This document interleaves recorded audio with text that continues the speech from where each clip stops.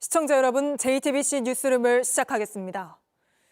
윤석열 대통령이 그렇게 덮으려고 했지만 12.3 계엄이 불법이었음을 입증할 결정적인 증언이 또 나왔습니다. 증언을 한 건 헌법재판소가 유일하게 직권으로 불러낸 증인, 조성현 수방사 제1경비단장입니다. 계엄 당일 국회로 출동했던 조 단장은 의원을 끌어내란 지시가 있었다. 공포탄도 들고 갔다. 이렇게 명확하게 증언했습니다. 조 단장은 또 체포 지시를 들은 군인 누구도 정상적이라고 생각하지 않았을 거라며 추가로 투입하려던 부대에게 서강대교를 넘지 말라고 지시한 게 자신이라고도 밝혔는데, 또 한 명의 체포 지시 증언자 홍장원 전 국정원 1차장을 공격하며 여러 궤변을 늘어놓던 윤석열 대통령은 조 단장의 증언이 시작되기 직전에 심판정을 떴습니다. 첫 소식 김재현 기자입니다.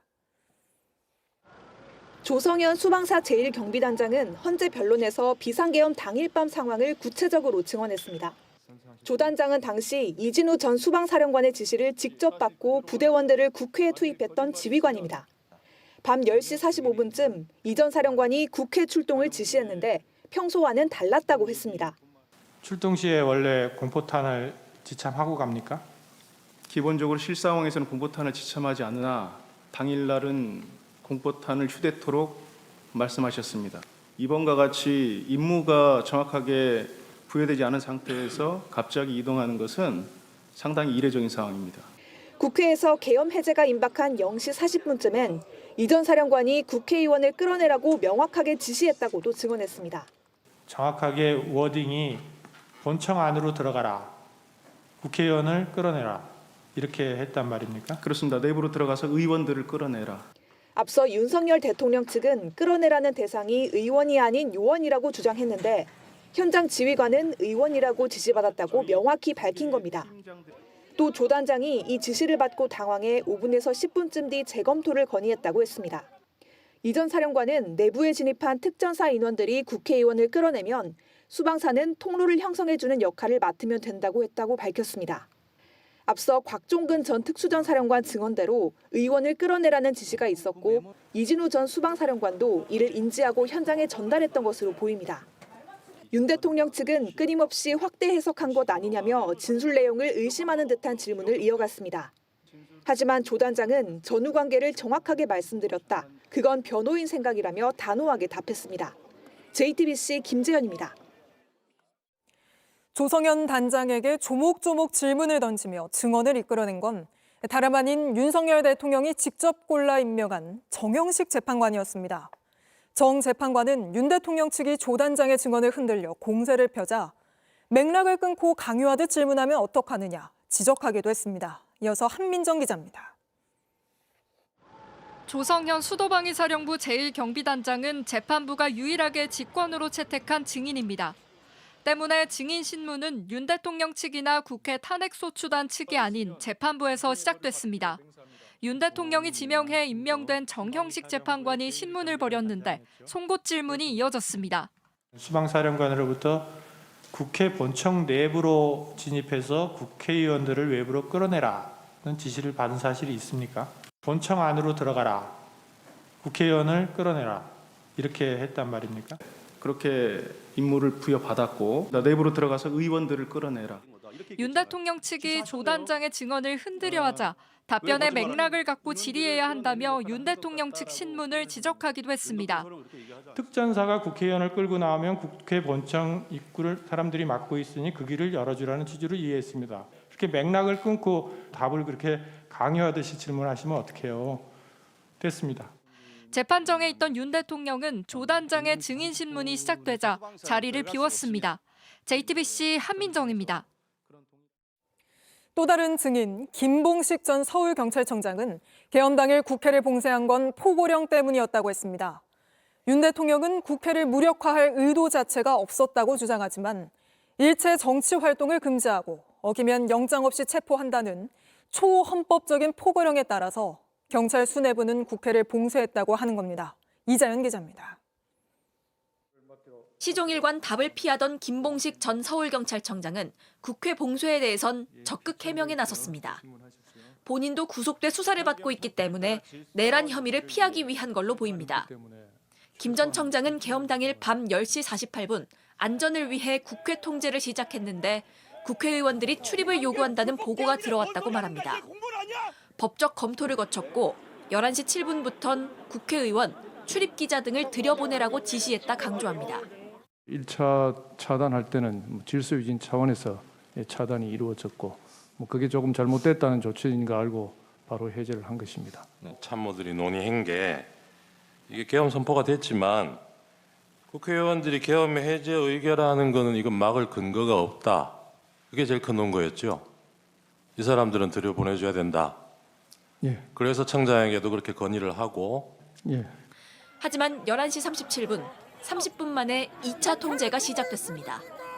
이때부턴 국회의원들도 안으로 들어가지 못했습니다. 김 청장은 계엄 포고령 1항, 국회 포함 일체의 정치 활동 금지가 근거였다 설명했습니다. 조지호 경찰청장이 국회 전면 차단이 필요하다고 지시했다는 겁니다. 그 포고령이란 근거에 의해서 상급청의 지시에 따라야 된다고 그러니까 생각했습니다. 청장도 그렇게 국회 활동까지 금지하려 했던 불법 포고령에 따라 국회 봉쇄가 이루어졌다는 걸 경찰 수뇌부의 입으로 확인한 셈입니다. 포고령 1호는 11시 23분에 발령됐고 경찰은 정치 활동 금지를 담은 포고령을 보고 11시 37분 이를 시행한 겁니다. 이를 당시 경찰을 지휘한 당사자가 인정한 증언이었습니다. 김 청장은 계엄 선포 3시간 전 윤석열 대통령과의 안가 회동에서 비상계엄의 필요성에 대한 설명을 들었다고도 증언했습니다. 하지만 이때 윤석열 대통령이 하달한 계엄 문건은 읽어보지도 않고 바로 파쇄했다고 주장합니다. 제가 평소에도 어떤 보고 문서를 보면 제 스스로 파쇄를 많이 하고 있습니다. 자연스럽게 그렇게 한 것입니다. 갖고 있으면 증인한테 불리하거나 위험하다고 생각해서였어요? 그런 인식도 없었습니다. 다만 문건에 22시 국회라고 적혀 있었던 사실은 기억난다고 말했습니다. JTBC 이자은입니다. 윤석열 대통령 측은 정치인 체포 지시를 받았다고 한 또 다른 증인, 홍장원 전 국정원 1차장의 증언을 흔들기 위해 그 상관인 조태용 국정원장을 증인으로 불러냈습니다. 조 원장은 홍 전 차장의 말을 신뢰하기 어렵다고 했는데 그의 증언을 점검하기 위해 재판관이 직접 약 30분간 송곳 질문을 이어갔습니다. 오원석 기자입니다. 윤석열 대통령 측 대리인단은 홍 전 차장이 여인형 전 방첩사령관으로부터 듣고 받아 적은 메모의 신빙성을 문제 삼았습니다. 그런데 14명인지 16명인지 명확하지 않다라고 진술을 했는데 증인은 그런 사실관계에 대해서 확인해 보셨나요? 11시 6분이면 홍장원 차장은 거기가 아니고 그 청사에 있는 본인 사무실에 있었습니다. 홍장원 메모가 한 개가 아니라고도 했습니다. 세 번째 메모, 즉 12월 4일 오후에 늦은 오후에 보좌관이 기억을 더듬어 새로 써준 메모가 이 메모인데 결국 메모가 4가지가 있는 셈입니다. 처음엔 홍 전 차장이 직접 메모를 썼지만 보좌관에게 다시 쓰도록 시키는 과정에서 각기 다른 버전의 메모가 만들어졌다는 겁니다. 그러나 국회 측 신문이 시작되자 조 원장은 우원식, 이재명, 한동훈 등 메모 속의 체포 대상자가 14명이었다는 점은 인정했습니다. 두 번째 버전. 네. 거기에는 몇 명을 적었는지 기억나십니까? 제 기억엔 14명으로 생각되는데 홍 전 차장 보좌관이 기억에 의존해 메모를 다시 쓰면서 직책이나 이름만 쓴 경우가 있을 뿐 체포 대상자 명단은 사실이라는 겁니다. 헌법재판관들도 홍장원 메모에 관한 질문을 퍼부었습니다. 조 원장은 홍 전 차장이 자신에게 오늘 밤 이재명을 잡으러 다닐 것 같다고 말했지만 내일 얘기하자고 답했다고 증언했습니다. 내일 아침 회의 때 다 우리 국정원이 하게 되어 있는 일을 의논을 하는 거로 하자. 뭐 더 할 얘기가 있으면은 그때 가서 하라고. 그러자 헌법재판관은 이해할 수 없다는 취지로 되물었습니다. 이재명, 한동훈 잡으러 다닐 것 같습니다라고 얘기했다는 거거든요. 그렇게 한가하게 증인에게 얘기했을 것 같지가 않아서. 국회 주요 인사가 체포 대상자로 거론된 긴박한 상황에서 내일 얘기하자는 조 원장의 대답을 납득할 수 없다는 취지입니다. JTBC 오원석입니다. 윤석열 대통령도 직접 나서서 홍장원 전 차장의 증언을 흔들려고 홍 전 차장이 그날 밤 술에 취해 있었다고 주장했습니다. 그런데 그렇게 술에 취한 사람에게 2시간 뒤에 자신이 또 격려 전화를 걸었다고 했습니다. 또 스스로는 기억이 정확한 사람이라면서도 조태용 원장의 일정을 헷갈려서 미국에 있는 줄 알았다며 앞뒤가 맞지 않는 주장을 펼쳤습니다. 윤세민아 기자입니다. 윤석열 대통령과 홍장원 전 국정원 1차장의 첫 번째 전화 통화는 계엄 선포 2시간여 전인 밤 8시 20분쯤 이루어졌습니다. 윤 대통령은 이때 홍 전 차장이 술을 마신 상태였다고 했습니다. 제가 전화를 딱 받아보니까 홍장원 1차장 목소리가 저도 반주를 즐기는 편이기 때문에 딱 제가 보니까 벌써 술을 마셨어요. 조태용 국정원장이 해외 출장으로 자리를 비웠으니 국정원을 잘 챙기란 취지로 전화한 것이라고 했는데 그런 홍 전 차장에게 계엄 선포 30분 뒤 또 전화를 해 격려를 했다고 주장했습니다. 해외 출장 때 국정원 해외 담당 파트가 이런 경호 정보에 대해서 협조를 하니까 격려 전화를 한번 해줘야 되겠다고 해서 한 것인데 홍 전 차장이 윤 대통령으로부터 싹 다 잡아들이라는 지시를 들었다고 일관되게 증언하고 있는 그 전화입니다. 홍 전 차장이 술에 취해 있었다며 진술의 신빙성을 흔들려는 시도로 읽힙니다. 윤 대통령은 또 자신이 기억이 아주 정확한 사람이라고 했습니다. 하지만 계엄 선포 전 조태용 국정원장이 미국에 있는 줄 일정을 착각했다는 주장을 반복했습니다. 저는 기억력 아주 정확한 사람입니다. 원장님 아직 거기시죠? 제가 이랬습니다. 저는 미국으로 생각하고 그랬더니 예, 저 아직 여기입니다 라고 답을 하셨습니다. 그래서 저는 그게 미국에 여전히 계신다고 알았기 때문에 정작 조 원장은 국정원 공관에 있다고 분명히 이야기했다고 했는데 윤 대통령은 기억하지 못한 겁니다. 미국에 안 갔다라는 말을 분명히 하셨다는 말씀이시죠? 그러니까 제 기억은 그렇습니다. 예, 그리고 알겠습니다. 조금 있다가 국무회의에서 만나지 않습니까? 예. 윤 대통령은 또 계엄 당일 저녁 삼청동 안전가옥에서 김봉식 서울경찰청장 등을 만난 건 김용현 국방장관을 소개하는 뜻이었다고 말했습니다. JTBC 윤세민입니다. 윤 대통령의 대리인이 재판부를 향한 불만을 늘어놓으며 중대한 결심을 할 수 있다고 으름장을 놓기도 했습니다. 이 중대한 결심, 8년 전 박근혜 전 대통령 대리인단이 썼던 표현으로 탄핵 심판 지연을 위해 대리인단이 일괄 사임 카드를 쓰겠다는 걸로 보입니다. 하지만 법률가들은 대리인단이 사임해도 탄핵 심판 진행엔 문제가 없다고 말합니다. 김혜리 기자입니다. 윤석열 대통령 측 윤갑근 변호사가 종이에 써온 불만들을 읽어갑니다. 한덕수 국무총리를 증인으로 부르지 않는다거나 부정선거 의혹을 제대로 다루지 않는다는 등의 내용입니다. 구체적 설명이 없기 때문에 어떻게 관련성이 떨어진다는 것인지 저희는 알 수는 없습니다. 지금 헌법재판소는 헌법재판소법을 비롯한 명문의 법률 규정들을 위반하여 재판을 진행하고 있으며 특히 중대한 결심까지 언급합니다. 지금과 같은 심리가 계속된다면 대리인단은 중대한 결심을 할 수밖에 없다는 점을 말씀드립니다. 중대한 결심은 대리인단 일괄 사임이란 해석이 나옵니다. 8년 전 박근혜 전 대통령의 탄핵 심판 때도 대리인단은 중대한 결심을 꺼냈습니다. 재판부의 빠른 진행 등을 문제 삼으면서입니다. 변호사 전원 사퇴, 대리인단 전원 사퇴가 맞습니까? 저희들이 그렇게 말씀드리긴 좀 어렵고 여러 가지 변호사가 할 수 있는 중대한 결심이라는 게 뻔한 거 아니겠습니까? 탄핵 심판 지연을 위한 마지막 카드란 지적이 나왔지만 실제 일괄 사임으로 이어지진 않았습니다. 법률가들은 대리인단이 사임해도 탄핵 심판을 진행할 수 있다고 말합니다. 윤 대통령 측이 스스로 방어권을 포기한 것으로 봐야 한다는 겁니다. 당사자 사이는 변호사를 대리인으로 선임하지 아니하면 심판 수행을 못한다는 헌재법도 대통령의 탄핵 심판엔 해당되지 않는다는 해석이 많습니다. 변호사 강제주의가 적용되는 건 헌법 소원 사건이고 법상으로만 보면요. 탄핵 심판은 그렇지 않고 변호사 강제주의가 적용되지 않고요. 대통령은 개인을 말하는 사인이 아닌 국가기관이라 해당 조항이 적용될 수 없다는 의견도 있습니다. 헌재는 윤 대통령 측이 요구한 한 총리의 증인 채택 문제 등을 내일 재판관 회의에서 결정할 예정입니다. 일단 헌재는 오는 18일에 구차 변론을 진행하기로 했습니다. JTBC 김혜리입니다. 보신 것처럼 탄핵 심판이 막바지에 접어들면서 윤석열 대통령 탄핵 여부를 가를 핵심 쟁점도 정리돼가는 모습입니다. 법조팀 박병현 기자와 다시 짚어보겠습니다. 자, 박 기자, 국헌 문란의 목적이 있느냐, 국회를 무력화할 시도가 있었느냐, 이게 굉장히 핵심적인 쟁점이었는데 오늘 조성현 수방사 단장 증언을 보면 군이 당일에 국회에 투입된 건 국회의원을 끌어내기 위한 목적이었다는 게 정리된 거 아닙니까? 그렇습니다. 그런 목적으로 헌법재판소 재판부가 유일하게 직권으로 채택한 증인이 바로 조성현 단장입니다. 네. 신문도 주심 재판관인 정영식 재판관부터 시작했습니다. 정확하게 워딩이 본청 안으로 들어가라. 국회의원을 끌어내라.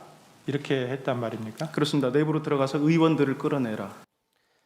예, 이게 해석이 아니고 사령관 지시가 맞냐는 질문에 맞다고도 답했습니다.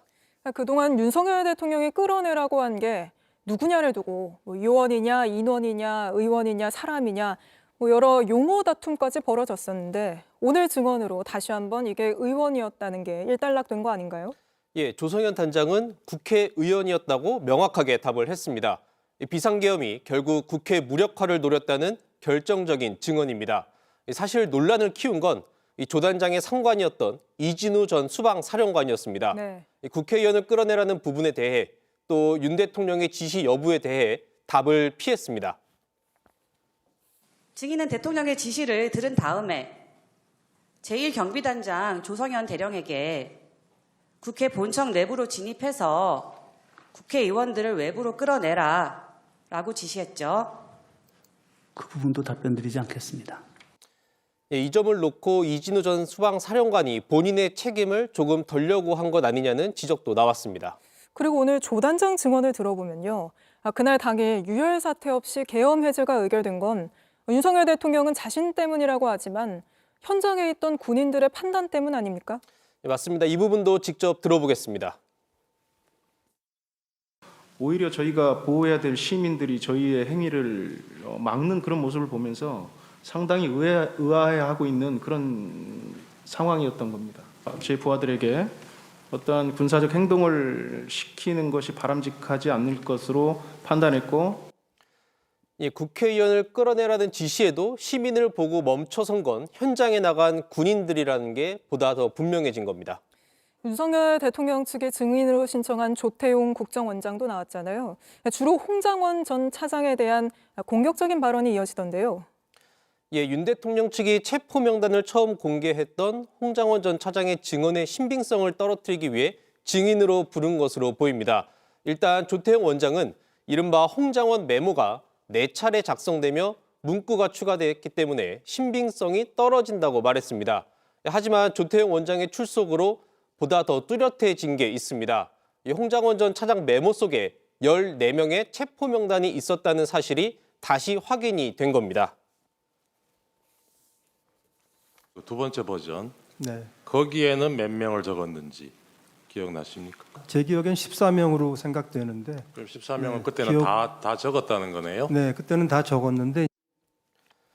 예, 조태용 원장은 국무회의에서 이 계엄에 찬성한 사람이 아무도 없었다고 증언했습니다. 일부 찬성한 국무위원이 있었다는 김용현 전 국방부 장관의 증언을 뒤집은 겁니다. 역시 윤 대통령 측이 증인으로 신청한 김봉식 전 서울경찰청장은 되레 국회를 2차 통제한 건 포고령 때문이었다고 증언했습니다. 윤 대통령이 직접 검토한 포고령이 국회 통제의 근거가 됐다는 게 입증된 겁니다. 네, 알겠습니다. 박병현 기자와는 오늘 여기까지 짚어보겠습니다. 그런가 하면 김건희 여사가 비상계엄 전날 조태용 국정원장에게 문자 메시지를 보낸 사실이 새롭게 확인되기도 했습니다. 조 원장은 답장까지 보냈고 김 여사와 문자를 주고받는 게 자주 있는 일은 아니었다면서도 내용은 기억 안 난다고 증언했습니다. 김 여사가 비상계엄을 미리 알고 있던 건 아닌지, 김 여사 특검법이 비상계엄 선포 배경이란 의혹이 제기되고 있는 만큼 확인이 필요하다는 지적이 나옵니다. 이 내용은 심가은 기자입니다. 김건희 여사와 조태용 국정원장 간의 문자 메시지는 경찰이 확보한 통화 내역에서 확인됐습니다. 윤 대통령이 비상계엄을 선포하기 전날인 지난해 12월 2일 김 여사가 먼저 2차례 문자 메시지를 보낸 겁니다. 조 원장은 다음 날 답장을 한 걸로 나타났습니다. 탄핵 심판에 나온 조 원장도 사실을 인정했습니다. 국정원장이 영부인하고 왜 문자 주고받습니까? 자주 있는 일은 아니었습니다. 답장을 한 데다 김 여사와 문자가 자주 있는 일이 아니라면서도 그 내용은 기억나지 않는다고 말했습니다. 그건 무슨 내용인지 기억나십니까? 글쎄요, 금방 기억이 잘 안 납니다. 그런 내용을 이 민감한 시기에 주고받았다는 걸로 누가 의심을 하면 어떻게 답변하시겠어요? 결국 뭐가 남아 있으면 그걸 보시면 판단이 되지 않을까 싶습니다. 대통령 부인이 국정원장에게 하필 비상계엄 전날에 직접 연락한 것을 두고 의문이 제기됩니다. 김 여사가 비상계엄을 사전에 알고 있었는지 확인이 필요한 겁니다. 더욱이 윤 대통령이 김 여사를 지키기 위해 비상계엄을 선포한 것이 아니냐는 의혹까지 제기된 상태입니다. 김용현 전 국방부 장관은 검찰에 계엄 열흘 전 윤 대통령이 명태균 공천 개입을 언급하며 비상대책이 필요하다고 말했다는 취지로 진술했습니다. 윤 대통령 본인은 물론 김 여사가 연루된 사건입니다. 검찰은 내란 사건 재판에 도이치모터스 의혹을 담은 김건희 특검 법안을 증거로 내기도 했습니다. 여기에 국정원장과의 연락까지 드러나면서 김 여사가 12.3 내란 사태와 관련이 있는지 추가 수사가 필요하다는 목소리가 나옵니다. JTBC 심가은입니다. 국민의힘은 계엄 당시 국회의원 체포 지시를 받은 김현태 707 특임단장과 곽종근 전 사령관이 민주당의 회유를 받아 증언했다는 의혹을 거듭 제기하고 있습니다. 하지만 김 단장은 언론 인터뷰에서 자신의 증언은 바뀌지 않았다며 직접 통화로 들은 게 아닐 뿐 지시가 없었던 건 아니란 취지로 반박했습니다. 최규진 기자입니다.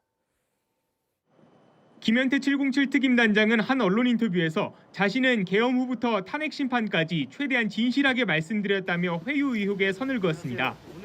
자신과 곽종근 전 사령관이 민주당의 회유로 국회의원 체포 지시를 증언한 거란 말을 했단 국민의힘 성일종 국방위원장의 주장을 직접 반박한 겁니다. 김 단장은 기자회견 당시엔 초기 표현을 쉽게 설명하고자 국회의원이란 뉘앙스로 얘기했다며 윤 대통령 측이 의원이냐 아니냐라고 물어봐서 정확히 들은 내용은 아니기에 못 들었다고 표현한 것이라고 전했습니다. 끌어내란 지시가 없었다고 한 건 자신이 직접 통화한 게 아니었을 뿐 지시 자체를 부정한 건 아니라고 강조했습니다. 앞서 탄핵 심판에서도 같은 취지의 증언을 했지만 윤 대통령 측이 말을 바꾼 것처럼 왜곡하고 있다는 취지입니다. 국회의원을 끌어내라라고 하는 싸고 사령관이 지시하는 내용도 다른 여단의 부대원들이 들었다.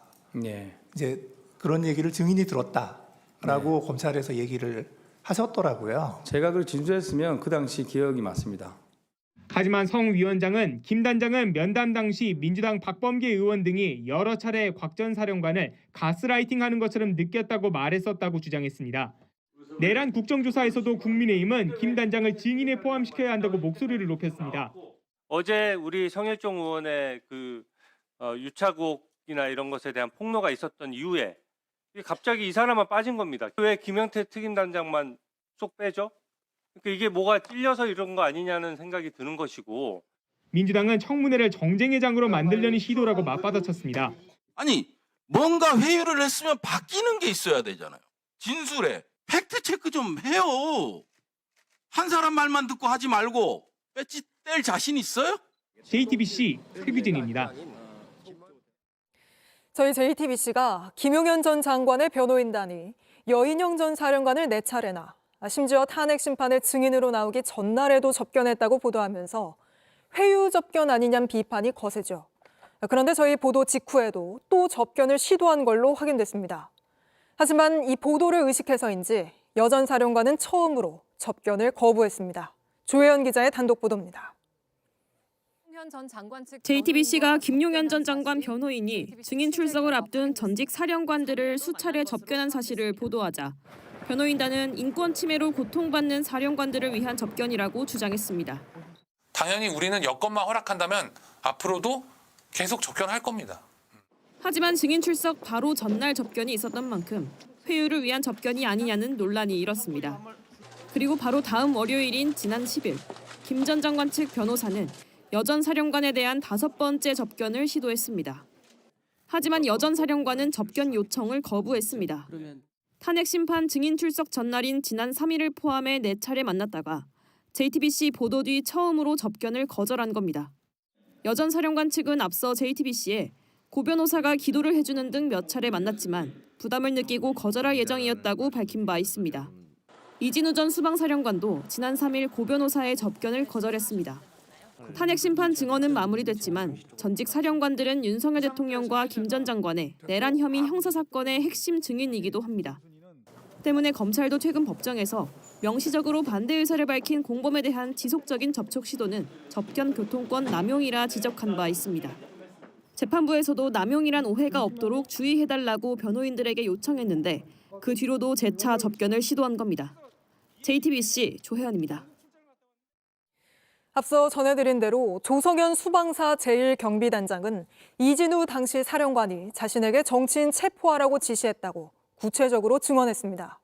그런데 그 이진우 전 사령관이 공소장 내용은 창작 소설에 불과하다며 보석을 신청했습니다. 군사법원은 증거인멸 우려가 있다며 바로 기각했습니다. 박사라 기자입니다. 내란 중요임무 종사 등 혐의로 구속 기소된 이진우 전 수도방위 사령관 측은 군사법원에 보석을 신청하며 윤석열 대통령의 계엄 선포가 위헌, 위법이 아니라는 주장을 폈습니다. 야당의 탄핵이라든가 또는 예산권의 일방 삭감이라든가 사회 질서가 교란되어서 사법행정 기능이 불가능하게 된 경우에 해당된다. 대통령의 비상계엄 조치는 적법하다고 생각을 합니다. 야당의 횡포로 국정이 마비돼 비상계엄을 선포했다는 윤 대통령 측 주장을 그대로 따른 겁니다. 그러면서 군검찰의 공소장에 대해 창작 소설에 불과하다고 주장했습니다. 공소장에 따르면 이 전 사령관은 계엄 전부터 대테러 부대인 수호신 TF를 출동 대기시키고 망치와 톱 등을 휴대하겠다고 김용현 전 국방장관에게 보고한 것으로 나타났습니다. 이에 대해 이 전 사령관 측은 비상계엄을 사전에 알지 못했고 통합 방위 사태에 대비해 상상으로 준비한 것이라고 해명했습니다. 그런데 비상계엄 당일 이 전 사령관의 지시를 수행한 조성현 수방사 제1경비단장은 상반된 증언을 내놨습니다. 헌재 윤 대통령 탄핵 심판에 출석한 조 단장은 당시 이 전 사령관으로부터 국회의원을 끌어내라는 지시를 받았다고 진술했습니다. 윤 대통령 측 대리인이 허위 진술 등을 의심하며 추궁하자 조 단장은 그게 사실이기 때문에 얘기한 것이라고 반박했습니다. 이런 가운데 군사법원은 이 전 사령관에 대해 도주와 증거인멸 우려가 있다며 보석 신청을 기각했습니다. JTBC 박사라입니다. 계엄 당일 대통령 경호처의 수상적인 움직임도 포착됐습니다.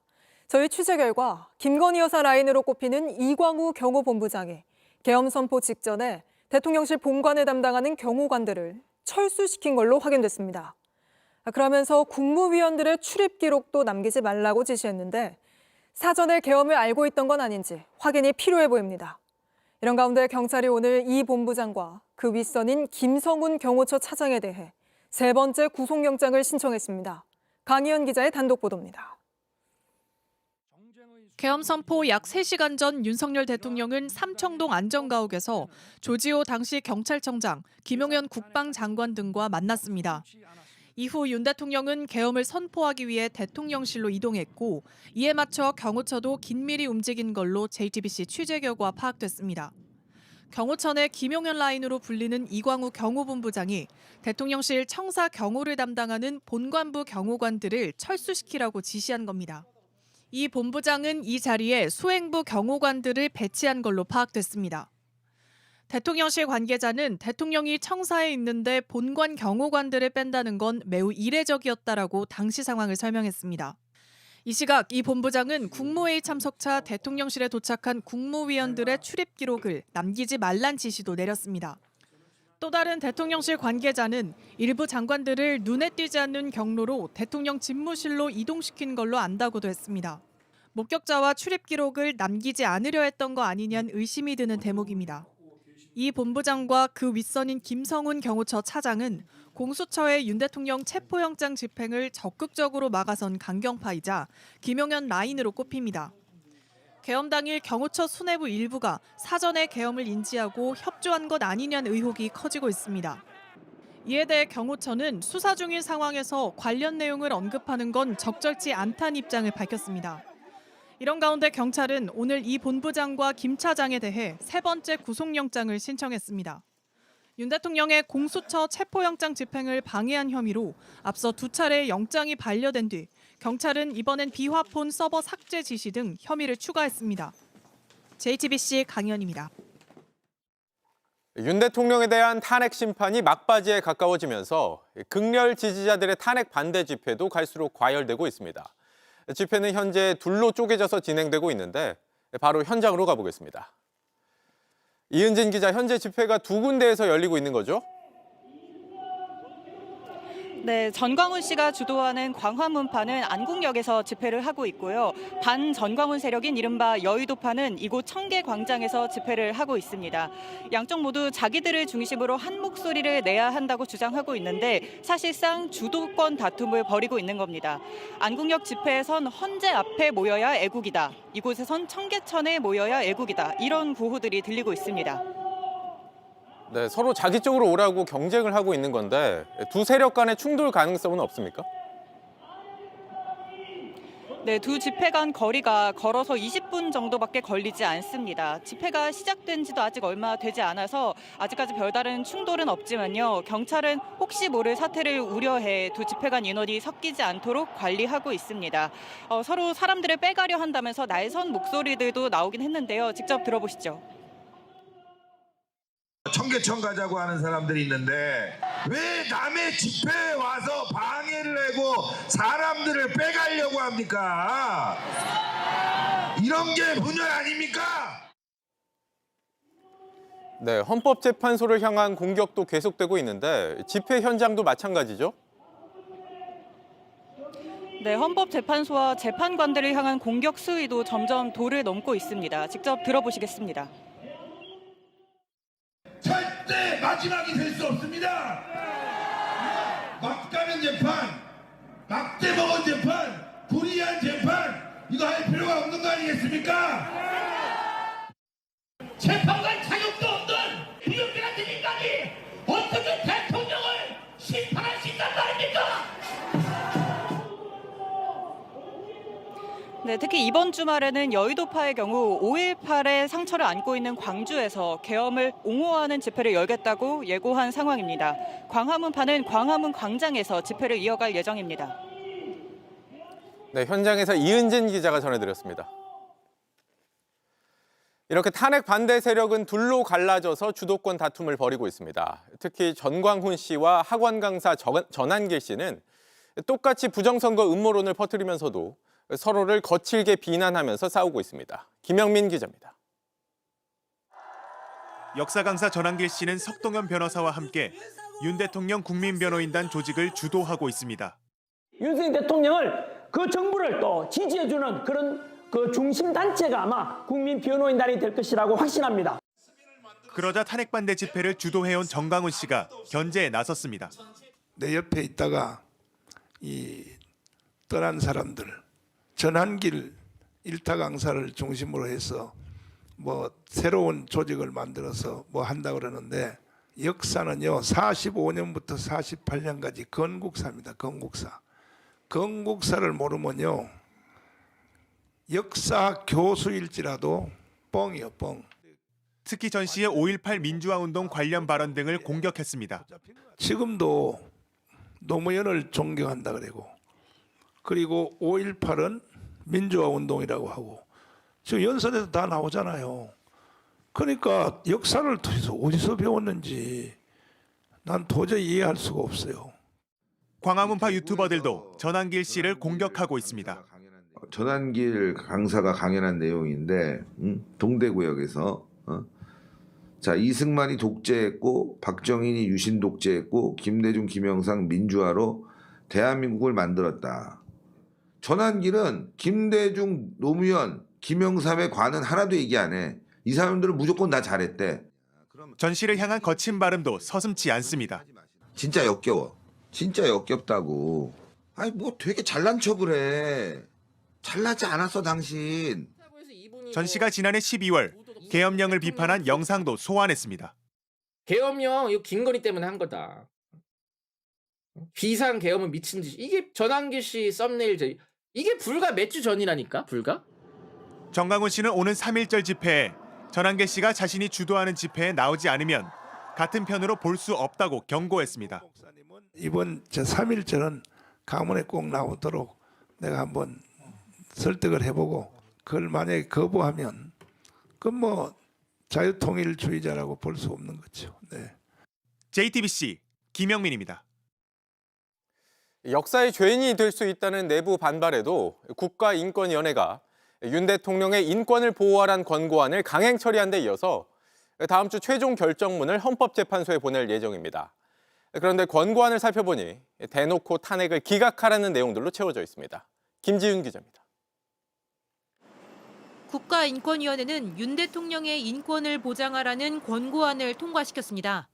안건을 살펴보니 대놓고 탄핵을 기각하라는 내용입니다. 대통령 윤석열의 비상계엄 선포는 고도의 정치적, 군사적 성격을 지니는 통치 행위에 속한다고 보아야 할 것이라며 헌법이나 법률에 위반된다고 볼 특별한 사정은 존재하지 않는다고 썼습니다.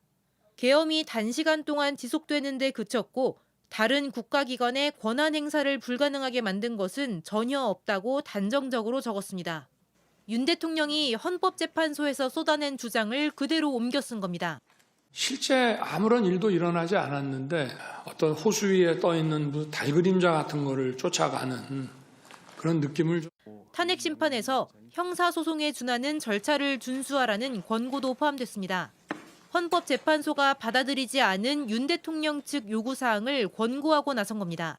헌법재판의 성질에 반하지 아니한 한도 내에서 형사소송법을 준용하도록 한 헌법재판소법 제40조 제1항에 따른 것입니다. 인권위는 내란죄 재판을 맡은 중앙지법과 군사법원에 대해선 불구속 재판 원칙을 유념하라고도 권고했습니다. 국가기관의 권한을 남용해서 사법부의 독립성을 노골적으로 침해하려 한다는 지적들이 나옵니다. 수사와 재판에 부정적인 영향을 미치고 헌법과 법률에 의하여 보장된 헌법재판소와 법원의 재판의 독립성을 훼손할 우려가 발생했다. 인권위는 다음 주 중 반대 위원들의 추가 의견을 덧붙인 최종 결정문을 헌법재판소와 법원 및 수사기관으로 보낼 예정입니다. JTBC 김지윤입니다. 윤 대통령 부부의 육성 녹음 파일이 담긴 USB 복사본이 있다고 명태균 씨 변호인이 밝혔습니다.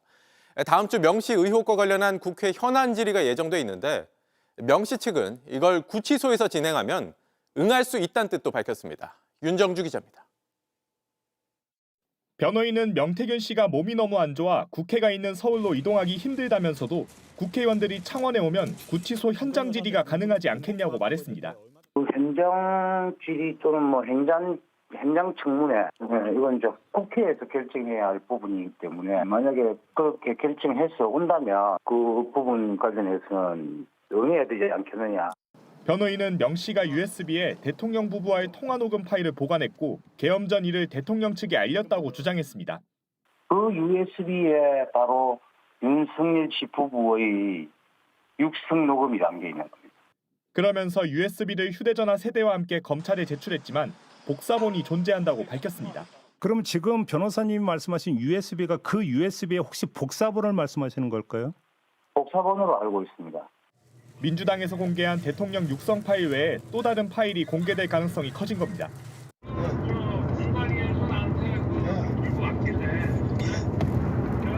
김영선이 경선때도 열심히 뛰었으니까 너는 김영선이 좀 해줘라 그랬는데 이게 말이 많네. 변호인은 명 씨의 뜻이라며 오세훈 서울시장과 홍준표 대구시장을 저격했습니다. 오세훈 씨, 홍준표 씨가 먼저 억울하다 이렇게 하면서 고소한 것 아닙니까? 그러면 이 명태균 특검과 관련해서도 억울함을 풀려고 하면 이분들은 얼씨구나 하고 명태균 특검에 찬성해야 하는 거 아닙니까? 그러면서 여당 전체를 향해 떳떳한 여당 의원들은 특검에 찬성하라고 했습니다. JTBC 윤정주입니다. 숙명여대가 김건희 여사의 석사 학위 논문에 대해서 표절이라고 사실상 결론 내려놓고도 시간을 끌고 있다는 지적이 잇따르고 있습니다. 표절 의혹을 제기한 제보자에게 구체적인 내용을 알려줘야 하는데도 이것도 하지 않고 있습니다. 이희령 기자입니다. 김건희 여사는 결국 논문 표절 조사 결과에 이의 제기를 하지 않았습니다. 남은 건 문제를 제기한 제보자가 이의를 제기할지 여부입니다. 문제는 숙대 측의 불투명한 처리 과정입니다. 숙명여대 규정에 따르면 위원회는 조사 결과를 제보자와 김 여사에게 통보하게 돼 있습니다. 하지만 숙대 측은 지금까지도 제보자에게 표절률 수치 등 최소한의 정보도 알리지 않고 있습니다.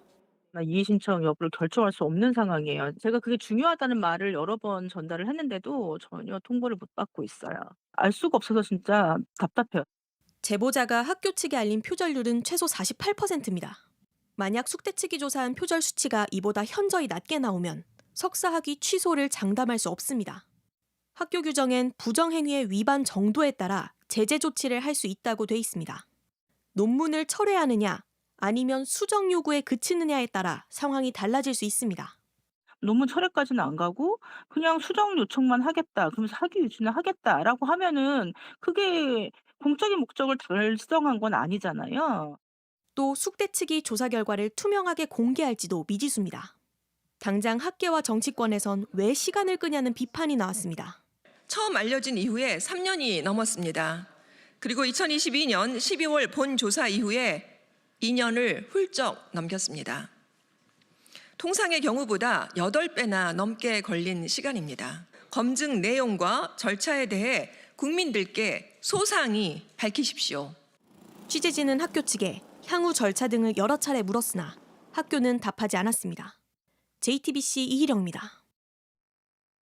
네, 오늘 국회에선 경제 분야 대정부 질문이 열렸는데 경제는 뒤로 밀리고 여야가 고성과 막말을 주고받는 장면이 잇따랐습니다. 보다 못한 국회의장이 이렇게까지 과한 건 처음 봤다면서 중재에 나설 정도였습니다. 김필준 기자입니다. 오늘 국회에선 경제 분야를 다루는 대정부 질문이 열렸고 최상목 대통령 권한대행 겸 기재부 장관을 포함해 경제계 주요 관료가 참석했습니다. 민주당은 최상목 대행의 마은혁 헌법재판관 임명을 유보한 것과 내란 특검법 등의 거부권을 행사한 것을 따져 물었습니다. 방해를 하신 분이 최상목 대행이에요. 왜 3명의 합법적 절차를 거친 그 헌법재판관을 마은혁 재판관만 임명하지 않으니까 지금 최상목 대행은 대통령 권한대행 아니라 거부권 권한대행이에요. 윤석열의 못된 것만 배워가지고 대통령실을 정리해야 한다는 주장도 나왔습니다. 하는 일 없이 혈세 축내고 내란 수괴 호위하는 대통령실 정진석 등 정무직들 이제는 정리해야 되지 않습니까? 국민의힘 측에선 문영배 헌법재판소장 권한대행에 탄핵 소추안을 발의하겠다는 말도 나왔습니다. 지금이라도 문영배 재판 같은 경우는 사퇴를 하든지 기피 신청을 해야 되고 저는 그것이 안 되면 저는 우리 국회에서 저렇게 야당 의원들이 그동안 그렇게 좋아했던 탄핵 소추를 저는 발의할 예정입니다. 여당은 정부를 향한 질문 시간인데도 이재명 민주당 대표 비판에 몰두했습니다. 거대 야당의 형표가 이재명 대표 방탄을 위한 말 그대로 국민을 상대로 한 야바이 하고 있는 거 아닙니까? 그래도 이재명은 안 됩니다. 라는 게 국민들의 명령입니다. 경제정책에 대한 송곳 질문은 없이 여야는 서로 비난만 쏟아내다 고성까지 오갔습니다. 지금 조용하니까 예의 갖추는 거예요? 조용해봐요. 조용해. 당신이 나오니까 얘기지. 당신이라니. 당신이지 그럼 우리 형님이야? 막말까지 나오자 의장이 중재에 나섰습니다. 제가 국회의원 여러 차례 해봤는데 지금처럼 과한 적이 없어요. 대선배한테 치매 소리도 과한 소리고 또 여기서 서로 주고받는 소리도 너무 과합니다. JTBC 김필준입니다. 네, 박근혜 정부 국정농단 사건을 수사했던 특검 지휘부가 줄줄이 구속됐습니다. 대장동 사건과 관련해 금품을 받은 혐의로 박영수 전 특검과 양재식 전 특검보가 실형을 선고받고 구속됐습니다. 당시 수사팀장이었던 윤 대통령 역시 구속 상태입니다. 김산 기자입니다. 1심 재판부는 오늘 박영수 전 특검에게 징역 7년의 실형을 선고하며 박 전 특검이 대한변호사협회 회장 선거 비용으로 대장동 일당에게 약 3억 원을 받은 혐의를 유죄로 인정했습니다. 대장동 사업 청탁을 대가로 50억 원을 받기로 했다는 이른바 50억 클럽 약정설에 대해선 무죄로 판단했습니다. 함께 기소된 양재식 전 특검보도 박 전 특검의 선거 자금에 대한 공범 혐의가 인정돼 징역 5년과 벌금 3억 원을 선고받고 역시 법정 구속됐습니다. 대장동 사건은 민간업자 김만배 씨와 그 일당이 유력 인사들에게 대장동 개발 사업을 도와주는 대가로 거액을 주거나 혹은 지급하기로 약속하며 로비를 벌인 사건입니다. 이 혐의로 2023년 8월 구속 기소된 박 전 특검은 지난해 1월 보석으로 풀려났는데 오늘 선고와 함께 법정 구속됐습니다. 박 전 특검은 2016년 최순실 국정농단 사건의 특별검사로 임명돼 박근혜 전 대통령의 유죄를 이끌어낸 인물입니다. 당시 특검팀 수사팀장으로 발탁돼 함께 지휘한 인물은 대전 고검으로 좌천됐던 윤석열 대통령이었습니다. JTBC 김산희입니다. 네, 8살 김하늘 양을 살해한 교사 명 씨는 범행 당일 학교로부터 출근하지 말라는 권유를 받았던 걸로 파악됐습니다. 명 씨는 이 얘기를 들은 뒤에 무단 외출을 했고 주방 용품점을 찾아가 흉기를 구매했습니다. 이한길 기자입니다. 범행 당일 오전 장학사 등 2명이 학교로 찾아왔습니다. 명 씨가 집기를 부수고 동료 교사의 공격적인 행동을 보였기 때문입니다.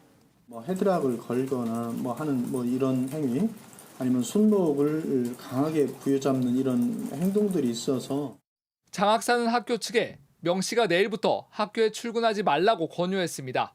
만약 거부하면 교장 차원에서 경고를 주는 것이 좋겠다고 했습니다. 학교는 명 씨에게 이 내용을 전했고 명 씨는 1시간쯤 뒤 차를 몰고 흉기를 사러 갔습니다. 범행 3시간 전이었습니다. 명 씨는 주방용품 점원에게 잘 드는 칼 있느냐고 물었고 용도를 묻자 주방에서 쓰려고 한다는 취지로 답했습니다. 초등학교에서 구할 수 없는 C칼로 한 일을 해쳤는데 어떻게 그게 계획 살인이 아닐 수가 있습니까? 교육청과 학교의 대처가 하루 혹은 반나절만 빨랐다면 또 하늘 양을 혼자 가게 두지 않았다면 하는 안타까움이 남습니다. 사실 명 씨의 이상 행동은 지난해 여름 이미 시작됐습니다. 7월부터 석 달간 4번 조퇴를 했습니다. 10월부터는 3차례 병가를 썼습니다. 3번 합쳐 59일 동안 병가를 쓴 뒤 곧바로 질병휴직에 들어갔습니다. 진단서엔 9월 중순부터 증상이 급격히 악화됐다. 심한 우울감과 무기력감에 시달리고 있다고 돼 있습니다. 오랫동안 이상징후를 보였던 겁니다. 휴직 중에 자살 생각을 한 적이 있다. 복직 후에 3일 후 짜증이 났다. 교감 선생님이 수업을 못 들어가게 했다.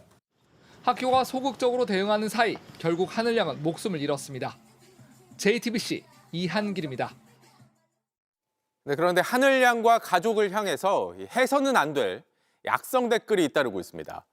절박하게 딸을 찾으며 자녀 보호 앱을 켰던 아버지에게 도청하고 녹음한 게 아니냐며 공격하고 있고 하늘 양까지 비하하고 있습니다.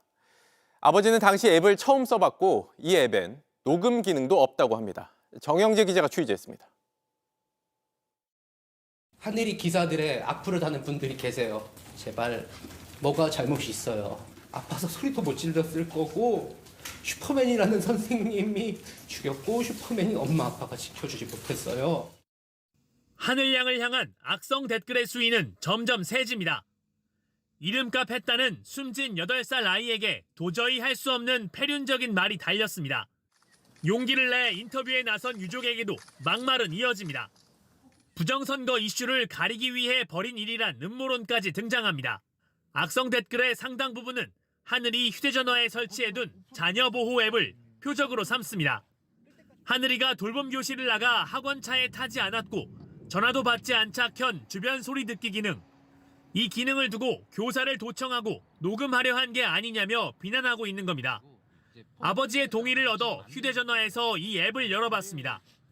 답은 없고 가해 교사의 거친 숨소리만 되돌아왔던 시간의 기록이 남아 있습니다. 재생 버튼을 누르자 아무 소리도 들리지 않습니다. 이게 녹음이랑 이런 게 안 돼요. 녹음 기록으로 남지 않는 겁니다. 너무 절박해서 처음 사용한 것이라 했습니다. 저도 이거 듣기 싫어요. 혹시나 하는 정말 비상사태이기 때문에 이걸 깔아놨고 평상시에는 위치만 확인을 합니다. 전담팀을 구성한 경찰은 2명을 특정해 사자 명예훼손 혐의로 조사하고 있습니다. JTBC 정영재입니다. 이스타항공 승무원들이 눈 때문에 출발이 지연돼서 승객들이 기다리는 상황에서 여객기 날개 위에 올라가 인증샷을 찍어서 논란이 일고 있습니다. 사진 촬영이 안 되는 군 공항에서 벌어진 일입니다. 이스타항공은 이게 교육이었다고 해명했습니다. 조승현 기자의 단독 보도입니다.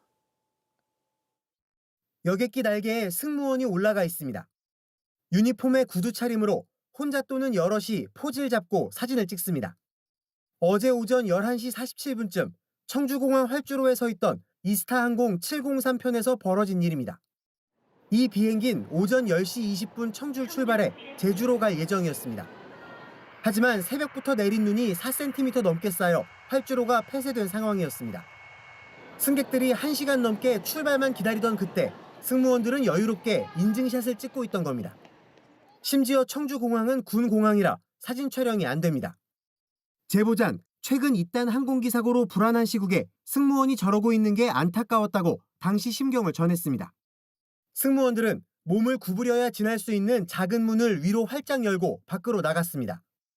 위급한 탈출 상황에만 열 수 있는 비상구 문입니다. 이스타항공 측은 JTBC에 사진을 찍으려고 비상구 문을 연 게 아니라고 설명했습니다.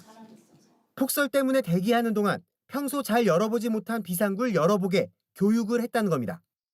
다만 승무원이 촬영을 한 건 잘못된 행동이라며 조사를 거쳐 적절한 조치를 취하겠다고 했습니다. JTBC 조승현입니다.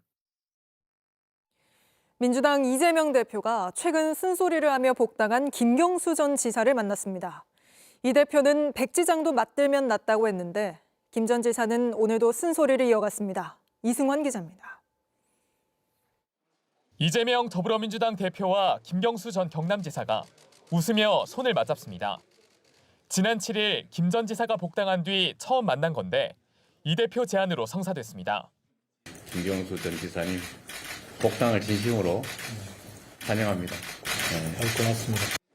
앞서 김 전 지사는 2022년 대선 이후 치러진 지방선거와 총선 과정에서 치욕스러워하며 당에서 멀어지거나 떠나신 분이 많다며 이 대표를 겨냥해 진심으로 사과해야 한다고 지적했습니다. 이런 비판을 의식한 듯 이 대표는 통합부터 강조했습니다. 지금 상황이 매우 엄중하기 때문에 우리가 백지장도 맞들면 낫다는데 정말 우리 민주당이 더 크고 더 넓은 길을 가야 될 것 같아요. 지사님의 지적이 완벽하게 옳습니다. 김 전 지사는 오늘도 다른 목소리를 용납하지 않는 극단과 배제의 논리, 팬덤 정치의 폐해를 극복해야 한다며 쓴소리를 이어갔습니다. 김대중 대통령께서는 자신을 죽이려고 했던 세력과도 손을 잡고 첫 번째 정권 교체를 이루어내신 바 있습니다. 만일 이번에 정권 교체를 하지 못하면 우리 모두가 역사의 죄인이 될 거라고 생각합니다. 이 대표는 김부겸 전 국무총리와 임종석 전 대통령 비서실장과도 만난다는 계획입니다. 일각에선 이 대표의 이런 통합 행보에 대해 단시간에 신뢰가 회복될 수 있겠냐는 회의적인 목소리도 나옵니다. JTBC 이승환입니다.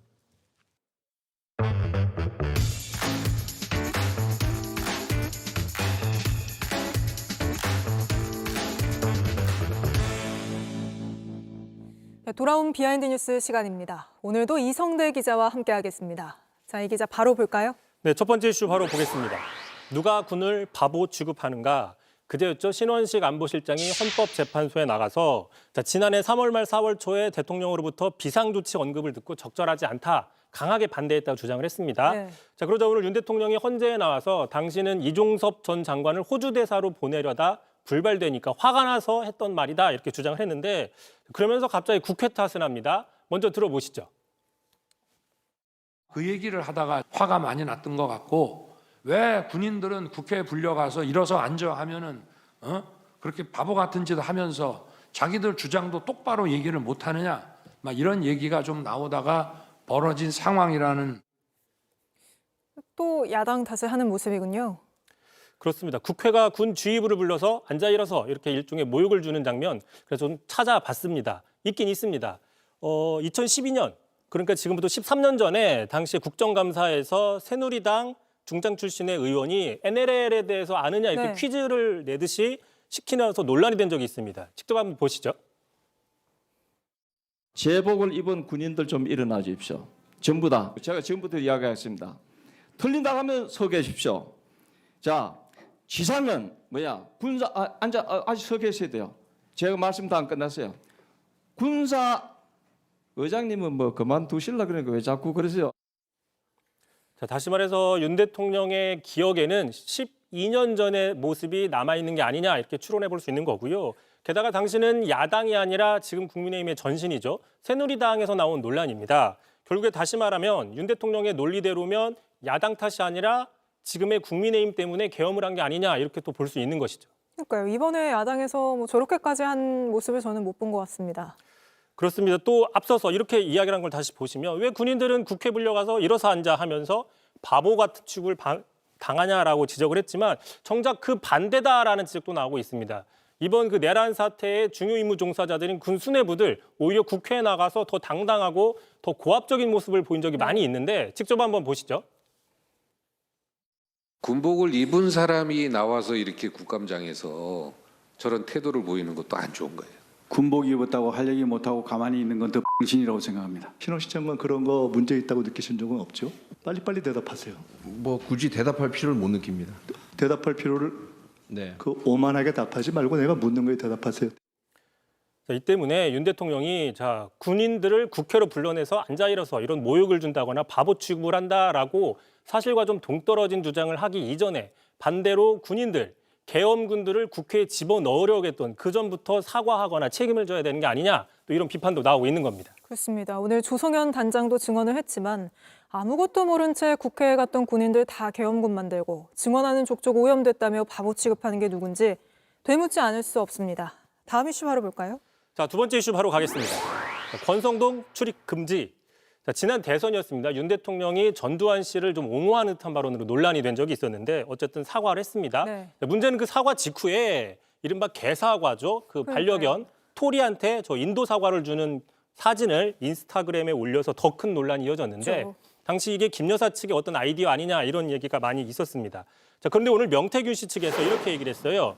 당시 권성동 그 캠프 종합지원본부장이 김 여사에게 앞으로 좀 자제해달라고 요청을 했는데 그러자 김 여사가 경로에서 권 의원의 배우자한테 앞으로 아크로비스타 들어오지 말아라. 출입금지령을 내렸다. 이렇게 증언을 했습니다. 당시 기억에 나는 게 이 대선 캠페인이 당내 공식 라인 모르게 진행됐다는 논란도 굉장히 있었잖아요. 뭐 그런 논란들이 결국엔 이런 뭐 좀 배경이 있는 거 아니냐라는 분석들이 있는 거고요. 참고로 알고 보니까 권성동 의원 당시에 자리를 뺏길 뻔했습니다. 그런데 왜 그러냐? 오늘 또 야당이 명 씨의 통화 녹취록을 새로 공개했습니다. 대선 직후인 2022년 3월 13일 날 녹음된 녹취록인데 여기서 명 씨가 알고 보니까 자신이 권성동 의원 자리를 뺏어서 원희룡 전 장관한테 주려고 했다라는 얘기를 하고 있습니다. 직접 들어보시죠. 원희룡이는 고맙다 소리했는데 사연이 있어. 원래 권성동이 아니라 내가 원희룡이를 당연 사무총장이면서 선대위에 중책을 앉혀라. 그래갖고 내가 그걸 다 올렸더니 권성동이가 내가 할게 이러더라. 그 자리 들어간 거야. 나는 놀래보다. 하지만 명 씨는 이후에도 결국 원희룡 전 장관을 인수위에 추천했다 또 이렇게 같은 녹취에서 주장을 합니다. 물론 원희룡 전 장관은 야당의 기획 공작이다 이렇게 반발하고 있습니다. 알겠습니다. 오늘은 여기까지 듣죠. 이성대 기자였습니다. 네, 트럼프발 관세 폭탄의 후폭풍이 벌써부터 우리 경제 곳곳에서 나타나고 있습니다. 특히 미국 수출로 먹고 살아왔다는 중소규모 업체들은 말 그대로 비상 상태입니다. 전다빈 기자가 취재했습니다. 현대차 등의 차량용 소프트웨어를 납품하는 이 업체는 요즘 미국 이외의 거래처를 찾기 바쁩니다. 철강, 알루미늄에 이어 자동차, 반도체 등에도 관세가 붙을 거란 예고에 발등에 불이 떨어진 겁니다. 하지만 녹록진 않습니다. 시장 개척을 하더라도 잘못된 판단에 의해서 한순간에 큰 위기를 당할 수 있기 때문에 우려하고 있는 상황입니다. 미국 투자가 가능한 대기업들과 달리 소규모 부품업체들은 대응력이 떨어질 수밖에 없습니다. 진출할 수 있는 기업들은 뭐 중견기업 혹은 대기업들이 이제 같이 따라가는 거고 인적, 물적 제약이 많기 때문에 사실 어려운 상황으로 가는 거는 멕시코에 생산 기지를 두고 TV 부품을 수출하는 또 다른 중소기업도 막막하긴 마찬가지입니다. 이제 생산 시작한 지는 이제 6개월 정도 발효된다면은 저희 고객사가 우선 영향을 받을 거니까 저희도 마찬가지로 좀 암담하긴 합니다. 예. 하지만 전방의 관세 폭탄은 이제 시작입니다. 트럼프 대통령은 조만간 상호관세 행정명령에도 서명할 걸로 보입니다. You'll be hearing that word a lot, reciprocal. If they charge us, we charge them. 한미 FTA로 대부분 상품이 무관세인 우리나라는 당장 큰 영향을 받진 않겠지만 또 다른 형태의 관세는 불가피해 보입니다. 한국에 대해서는 품목 대 품목으로 상호 관세를 부과하는 게 아니라 무역 적자나 한국의 어떤 불공정을 문제 삼아서 상품에 부과하는 그런 것도 가능하지 않을까. 정상 간 관세 면제 협상은 실종된 가운데 그 여파는 소규모 업체로 빠르게 번지고 있습니다. JTBC 전다빈입니다. 네, 서울시가 잠실과 강남 일대에 대한 부동산 규제, 토지 거래 허가제를 5년 만에 풀자 이 지역 아파트 매물 호가가 하루 만에 1억 원이 올랐다고 합니다. 이런 상승 분위기는 주변 지역까지 번지고 있습니다. 공다솜 기자가 현장 취재했습니다. 5,600여 세대 잠실의 대단지 아파트입니다. 오늘부터 토지거래 허가구역에서 해제됐습니다. 5년 만에 거래 족쇄가 풀리자 부동산엔 거래 문의가 빗발쳤습니다. 호가는 갑자기 1억씩 다 올리고 매도인들도 갑자기 전화가 와서 대치동이나 아니면 반포동에 갭 투자를 할 수 있게 좀 팔아달라 이런 문의도 많이 왔습니다. 전용 면적 84제곱미터 아파트 실거래가는 해제 검토 소식이 새어나오던 지난달부터 오르기 시작하더니 열흘 새 1억 원 가까이 급등했습니다. 집값 상승 기대감에 매물은 빠르게 실종됐고 주민들 기대감도 커졌습니다. 계약을 제가 며칠 전에 했는데 집주인이 갑자기 안 팔겠다고 하시는 분이 실제로 있으니까. 네, 규제도 풀렸고 가격이 쭉쭉 오르겠죠. 해제 대상이 된 곳은 잠실 외에도 삼성과 대치, 청담동 아파트 291곳입니다.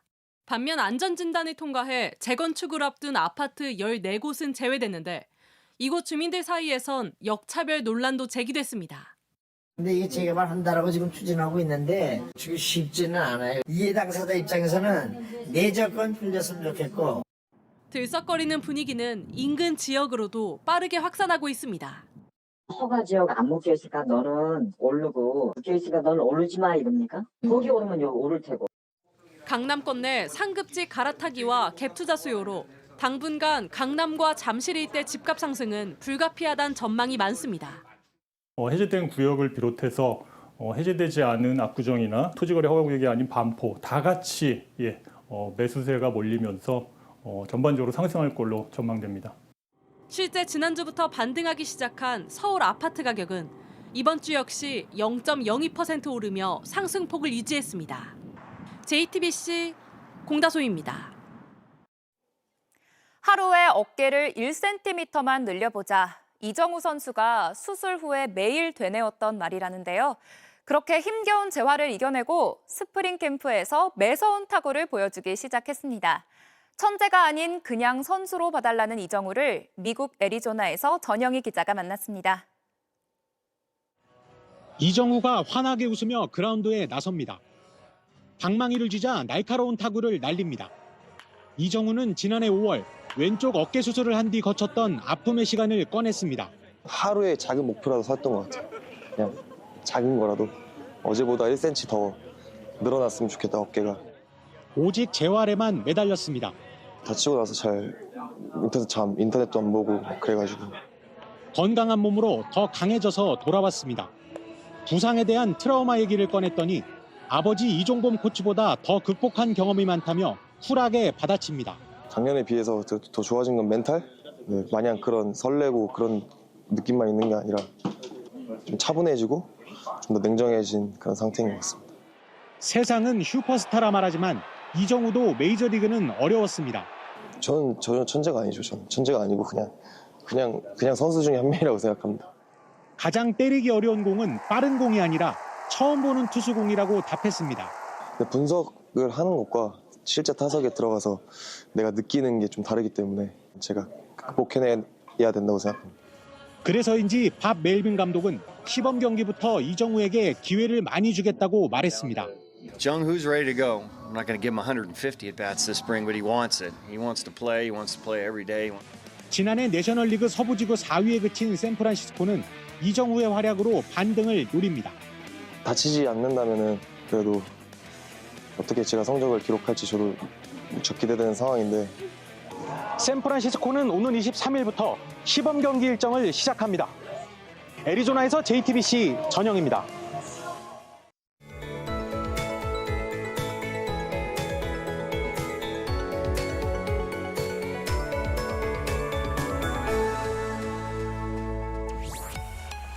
하늘 표정이 확 달라졌습니다. 아침까지는 추웠는데 낮 동안 파란 하늘에 햇살이 비추며 기온이 빠르게 올랐는데요. 내일과 모레는 10도 선까지 오르면서 마치 초봄처럼 느껴지겠습니다. 추위 걱정은 덜었지만 아직 도로 곳곳에 눈이 쌓여 있는 곳이 많습니다. 미끄럼 사고에 조심하셔야겠습니다. 동쪽 지역의 건조함은 점점 더 심해지고 있는데요. 강원 동해안에 내려졌던 건조특보는 강원 영동과 경북 동해안으로 확대됐습니다. 바람도 강하게 부는 만큼 화재가 나지 않도록 주의하시기 바랍니다. 내일도 전국 하늘이 맑게 드러나겠지만 밤에는 수도권과 충청권의 공기가 탁하겠습니다. 아침 기온은 서울과 청주 영하 1도로 오늘보다 2도에서 5도 정도 높게 시작하겠는데요. 낮에도 대부분 10도를 웃돌며 포근하겠습니다. 주말에는 남해안과 제주도에 비가 내리겠고 다음 주에는 다시 한겨울 날씨로 돌아서겠습니다. 날씨였습니다. 뉴스룸 저희가 준비한 소식은 여기까지입니다. 시청해주신 여러분 고맙습니다.